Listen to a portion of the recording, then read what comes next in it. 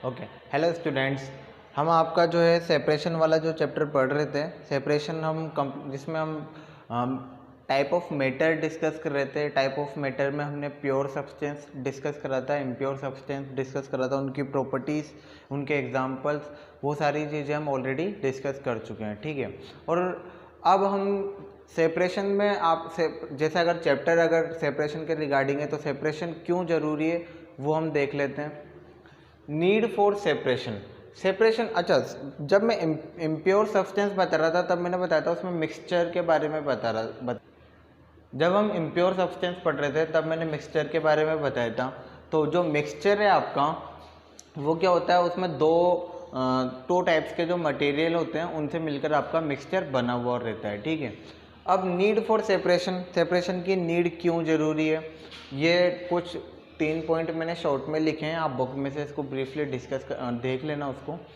To remove harmful substance को हटाने के लिए सेपरेशन ज़रूरी होता है। जैसे घर में अपन जैसे राइस पल्स और आपके वीट वगैरह होते हैं, उनको अपन जैसे साफ़ करके फिर उनको पिसवाने के लिए डालते हैं ना, तो पहले उनको क्या करना, उनमें से कंकड़ वगैरह जो होते हैं वो हमें हटाने पड़ते हैं। तो हार्मफुल सब्सटेंस होते हैं। टू ऑब्टेन डिजायरेबल कंपोनेंट, हमें जो चीज़ हमें ज़रूरी है वही लेंगे, जो बेकार चीज़ है जो यूजलेस है उसको क्या करेंगे, उसको अलग कर देंगे। टू गेट प्योर सब्सटेंस, और जो हमें जो है सब्सटेंस क्या, जो भी चीज़ हमें चाहिए वो क्या है हमें मिले, प्योर मिले, इसलिए जो है सेपरेशन आपका ज़रूरी है। ठीक है ना। तो ये 3 पॉइंट आपको याद रखना है। अगला है methods of separating solid mixture. अब आपका जो मिक्सचर होता है ना वो किसी भी टाइप का हो सकता है, सॉलिड का हो सकता है, सॉलिड लिक्विड का हो सकता है, लिक्विड का हो सकता है, लिक्विड गैस का हो सकता है। इस तरह के मिक्सचर्स हैं। तो आपके बुक में जितने जितने हैं वो हम ओनली डिस्कस करने वाले हैं। Methods of separating solid mixture. अब जो सॉलिड है ना उसके बारे में डिस्कस करेंगे। इसके अंदर पहला मेथड आता है आपका हैंड पिकिंग मेथड, मतलब हाथ से ही, ज़्यादा मतलब अपन को कोई टेक्निक यूज़ करने की ज़रूरत नहीं है, बस हाथ से ही हम उसको सेपरेट कर लेंगे। हैंड पिकिंग मेथड में क्या होता है, यूज फॉर अनवांटेड इम्प्योरिटीज़। जो अनवांटेड इम्प्योरिटीज़ है उनको हम रिमूव करते हैं। मतलब इसके अंदर आपको ज़्यादा मेहनत करने की ज़रूरत नहीं है, बस आप हाथ से उसको रिमूव कर सकते हो। ठीक है ना। When one of the component is in smaller quantity. ठीक है। अब जैसे आपने घर में कई बार देखा होगा कि जैसे मम्मी गेहूं वगैरह साफ़ कर रही होती है तो उसके अंदर जो कंकड़ वगैरह होते हैं वो हाथ से ही साफ़ कर लेते हैं। ठीक है। क्योंकि जो उसमें इम्प्योरिटीज़ या जो कंकड़ वगैरह रहते हैं वो आपकी बहुत स्मॉल क्वांटिटी में रहते हैं। दूसरी बात, उनका कलर अलग होता है, उनकी शेप अलग होती है, उनका साइज अलग होता है, इसलिए आसान होता है, आपको वो इम्प्योरिटीज़ अलग से दिख जाएगी। यूँ नहीं कि उसके अंदर ही बिल्कुल मिक्स हो रखी है, इसलिए उनको उन इम्प्योरिटीज़ को जल्दी से अलग करना बहुत ईजी होता है। तो ये आपका था हैंड पिकिंग मेथड। अगला वाला हम पढ़ेंगे अब। हेलो स्टूडेंट्स, हम आपका चैप्टर नंबर 5 डिस्कस कर रहे थे। चैप्टर नंबर 5 में हमने सेपरेशन ऑफ मेथड्स डिस्कस कर रहे थे। मतलब सेपरेशन के लिए जो डिफरेंट मेथड्स हैं उनको डिस्कस कर रहे थे, जिसके अंदर हम ऑलरेडी हैंड पिकिंग वाला जो मेथड है वो ऑलरेडी डिस्कस कर चुके हैं। उसके अलावा कुछ मेथड्स और है वो हम डिस्कस करने वाले हैं। हैंड पिकिंग के बाद जो मेथड आता है वो आता है आपका सेविंग जो मेथड होता है, कई बार आपने देखा होगा घर पर भी या गांव में भी या फिर कहीं पर। सबसे बेस्ट एग्जांपल तो मैं आपको यही दूंगा कि जब कभी मकान बनता है तो जो रेत आती है ना मकान को बनाने के लिए, तो रेत को ना पहले यूज़ करने से पहले उसको छाना जाता है। वो जो छाना जाता है वो जिस छलनी के अंदर छाना जाता है ना उसको सीव बोलते हैं, इंग्लिश में क्या बोलते हैं, सीव। तो क्या करते हैं, रेत के अंदर जो बड़े पार्टिकल होते हैं ना, क्योंकि हमें मकान बनाना है, रेत के अंदर जो कंकड़ पत्थर जो वो होते हैं ना उनको हटाना पड़ता है। तो उनको किस तरीके से हटाते हैं, उसको छलनी में लेकर हटाना पड़ता है।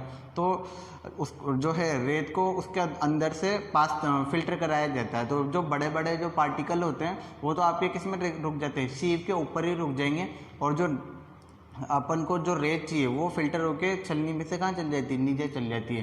तो ऐसा होता है, एक बहुत बड़ा सा सीव होता है, 2 आदमी इधर पकड़ लेते हैं, 2 आदमी इधर पकड़ लेते हैं और रेत को उसमें से पास आउट कराया जाता है, so that the bigger particle remains upside of the सीव and the रेत जो है वो नीचे आपकी चल जाती है। तो ये सीविंग वाला मेथड है। तो ये वही है, when a mixture has component of different size. जो आपके डिफरेंट साइज है, ऑब्वियसली जो रेत होती है आपके उसके अंदर जो पत्थर है वो छोटे बड़े डिफरेंट साइज के वेरी कर सकते हैं, तो वो हो गया which can be separated using a sieve. तो किस तरीके से अपन उसको अलग कर सकते हैं, which can be separated by sieve के थ्रू उसको डिफरेंट अलग तरीके से हम उसको कर सकते हैं, ठीक है। और एक तरीके से जैसे हम घर में चाय छानते हैं, तो चाय में जो छलनी से तो पास हो जाती है चाय, और जो चाय पत्ती रहती है वो आपकी छलनी के अंदर रह जाती है, तो वो भी एक सीव वाला मेथड हम उसको मान सकते हैं। तो ये सेविंग वाला मेथड आपको समझ में आ गया होगा। इसकी एक पिक्चर आपके बुक में दी हुई है। सेविंग के बाद आता है थ्रेशिंग। थ्रेशिंग क्या होता है बेसिकली, अगर आप फार्मिंग से बिलोंग करते हैं या आपके पापा वगैरह अगर फार्मिंग करते हैं तो उनको तो अच्छे से पता होगा थ्रेशिंग क्या होती है। कई बार क्या होता है, जो हमारा अनाज होता है जिसको हम ग्रेन्स बोलते हैं, अनाज में क्या क्या आता है आपके, राइस आते हैं, वीट आते हैं, ये सारी चीज़ें होती है। तो इनको क्या होता है, जब इनको हार्वेस्ट किया जाता है यानी उगाया जाता है, तो जब हार्वेस्टिंग का मतलब होता है खेत पूरा हो चुका है आपका, कंप्लीट फसल उगकर तैयार हो चुकी है। अब जब खेतों में जब आपका अनाज उगा हुआ रहता है तो उसको अलग करना रहता है। तो आपका जो वीट की अगर अपन बात करें, तो वीट का जो आपका जो अनाज खेतों में उगा हुआ रहता है वो आपके किसी बड़ी बड़ी सी डालियाँ होती है, उनके अंदर की तरफ अनाज रहते हैं। तो आपको कैसे उसको उस अनाज को यानी उस ग्रेन को उस पेड़ वो जो पत्ती होती है ना उनसे अलग करना रहता है। तो वो किसके थ्रू अलग करते हैं, दो तरीके के मेथड होते हैं आपके। एक तो होता है मैनुअल थ्रेशिंग। हाँ, थ्रेशिंग का बेसिकली मीन्स होता है जो आपका खेतों में जो अनाज लग रहा है उसको अलग किया जाता है, उसके जो दाने होते हैं ना ग्रेन्स, उनको अलग करने का जो मेथड है वो आपका थ्रेशिंग के अंदर आता है। अब थ्रेशिंग दो तरीके से हो सकती है, एक तो होती है मैनुअल थ्रेशिंग होती है, और एक आप किससे कर सकते हो, थ्रेशर मशीन आती है उससे भी आप उसको कर सकते हो।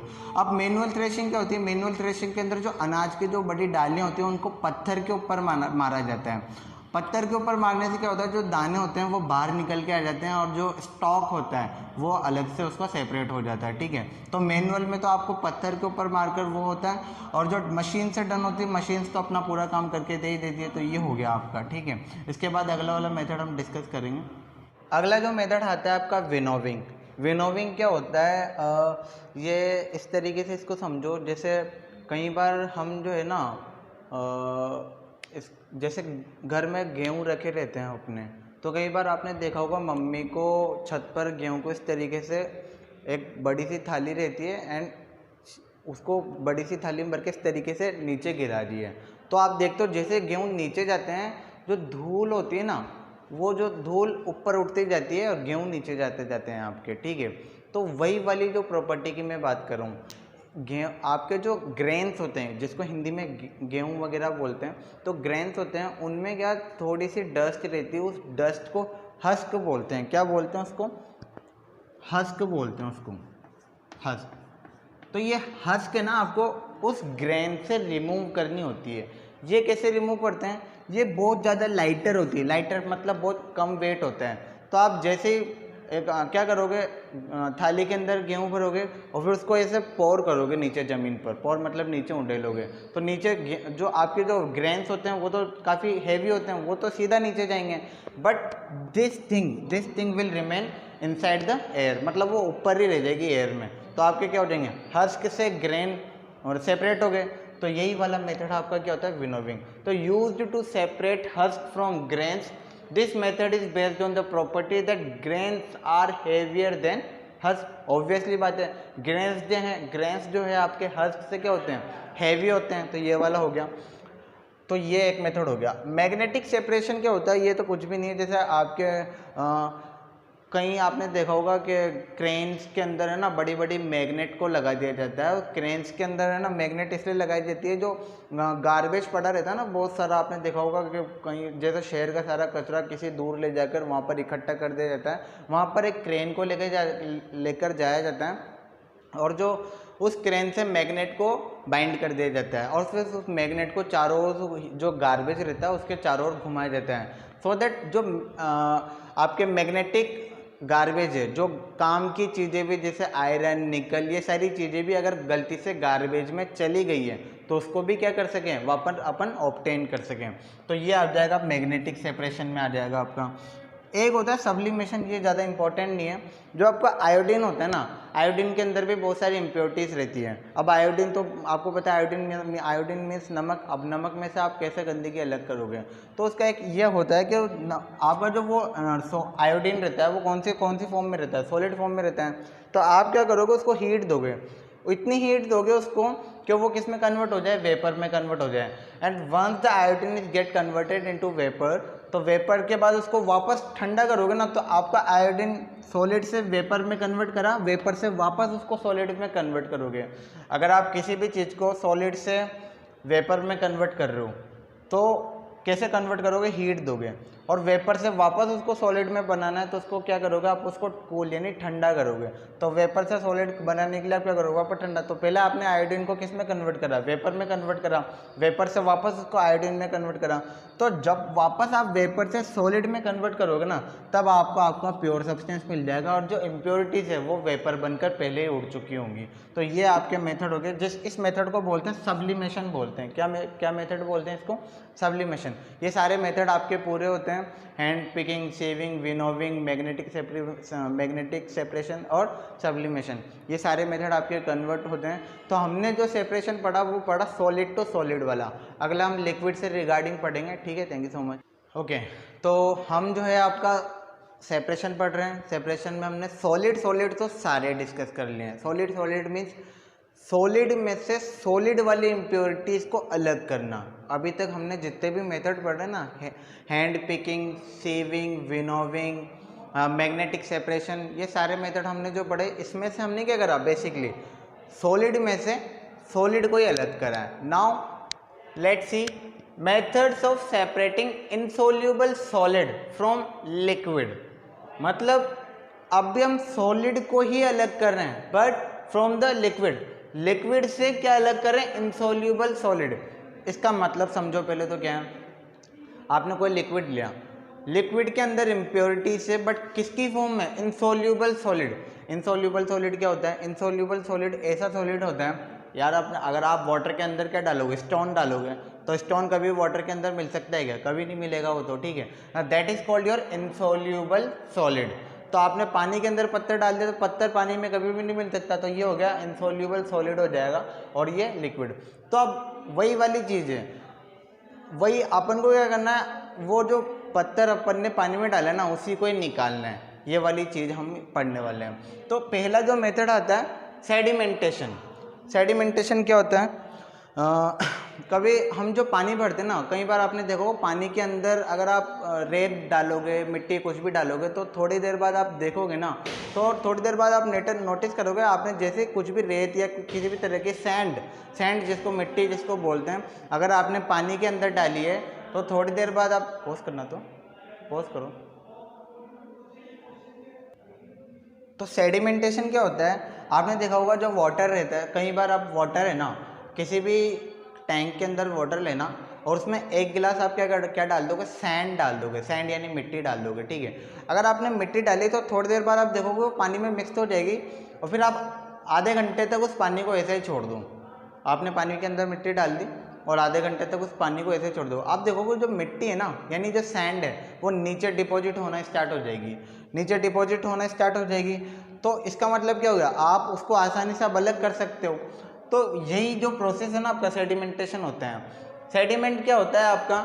आपने कोई टैंक या कुछ भी कोई भी एक पॉट ले लिया जिसके अंदर आपने वाटर भर दिया, और उस वाटर के अंदर क्या है? आपने सैंड मिक्स की हुई है।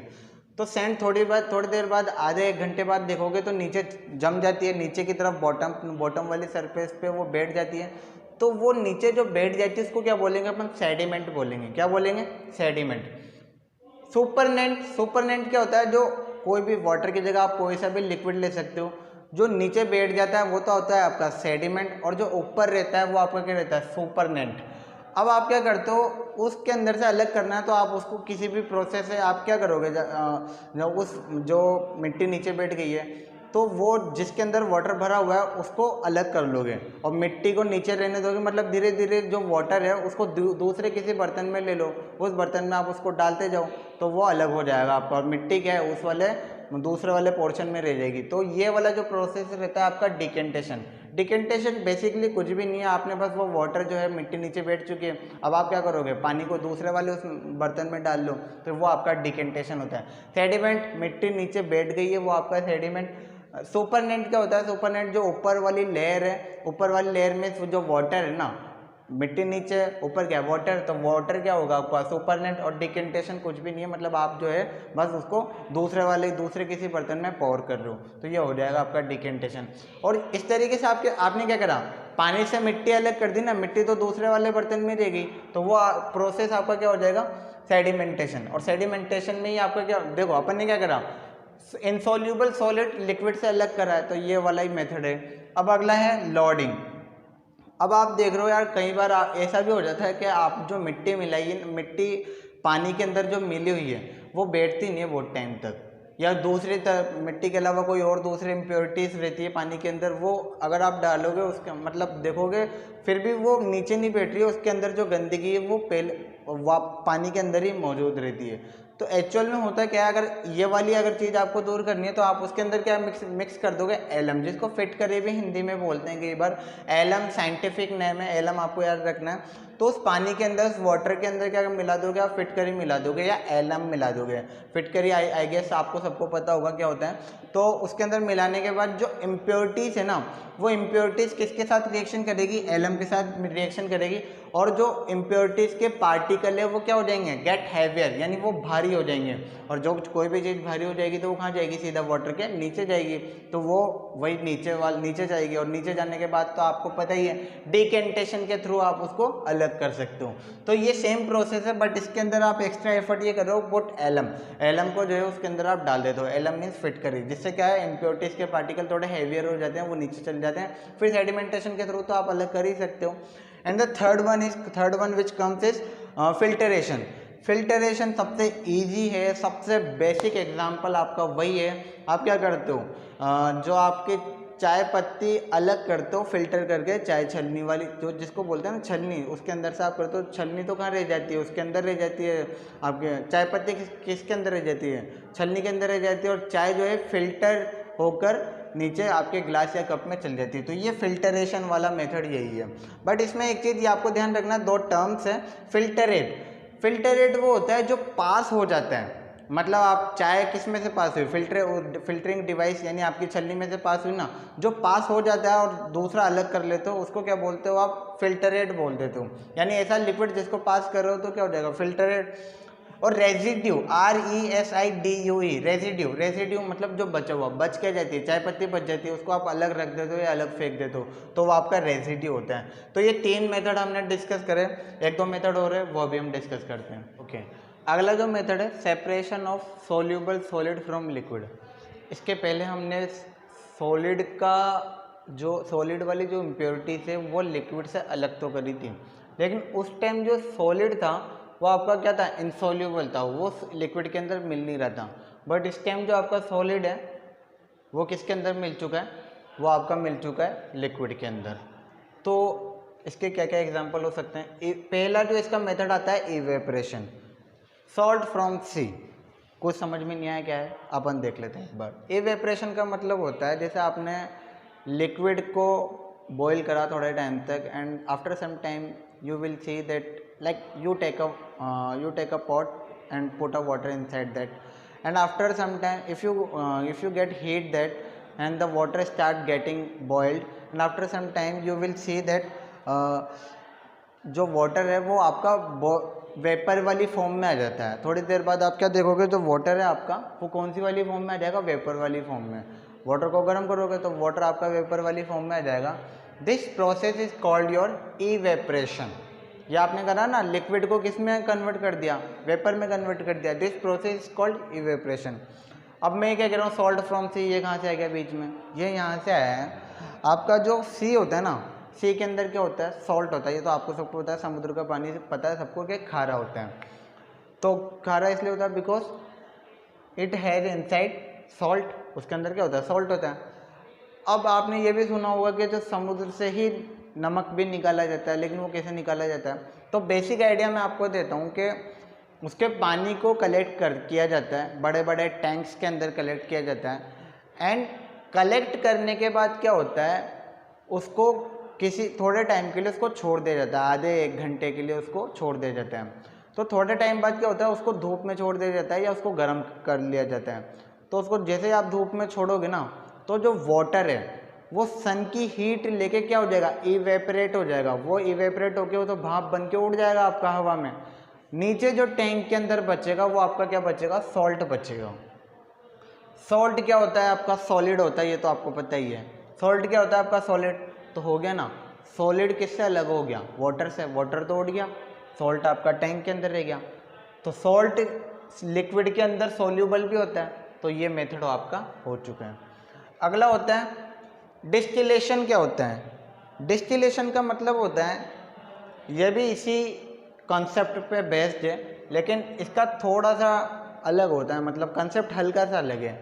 इसके अंदर क्या होता है, लिक्विड को आप वेपर में कन्वर्ट करो, वेपर से वापस लिक्विड में कन्वर्ट करो। अच्छा ये कैसे होगा, आपने देखा होगा कभी कभी आप जैसे सुबह जब चाय पीते हो तो चाय के कप पे आप हाथ रख के देखना, तो आप हाथ रखोगे थोड़े टाइम बाद आपके हाथ पे वाटर आ जाता है।